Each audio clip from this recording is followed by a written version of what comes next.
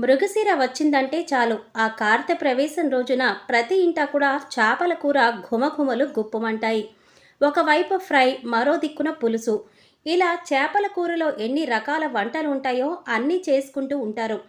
ఆ రోజున ఎప్పుడూ తినని వారు కూడా తమ ఆరోగ్యాన్ని కాపాడుకోవడం కోసం కనీసం 2 ముక్కలైనా నోట్లో వేసుకుంటూ ఉంటారు. ఇక చేపలు మొత్తంగా ఇష్టం లేని వారు రొయ్యలు, ఎండ్రకాయలతో పులుసు చేసుకొని జుర్రుకుంటారు. మృగశిర కార్తెలో ముంగిళ్ళు చల్లబడతాయి. మృగశిర కురిస్తే ముసిలెద్దు రంకి వేస్తుంది అని అంటారు. మృగశిరకు ముల్లోకాలు చల్లబడతాయి అని అంటారు మన పెద్దవాళ్ళు. రోళ్లు పగిలే ఎండలను మోసుకొచ్చిన రోహిణి కార్తె ముగిసి ముంగిళ్ళు చల్లబరిచే మృగశిర మొదలవుతుంది. ప్రతిసారి కూడా జూన్ 8వ తేదీన ప్రారంభమవుతుంది.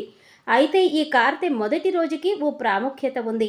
ఈ రోజున ప్రతి ఒక్కరూ కూడా చేపలు తినడం, చేప మందులు తినడం అనాదిగా వస్తున్న ఆనవాయితీ.